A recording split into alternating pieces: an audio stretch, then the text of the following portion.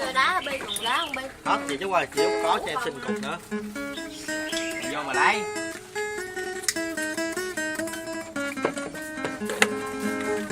Đi đá là chắc phải kia đá. Đá 2 kg gì mà. Sao? Nói vậy. Đá 2 kg gì mà. Anh nói sao 2 người ngồi đơ không? Hiểu.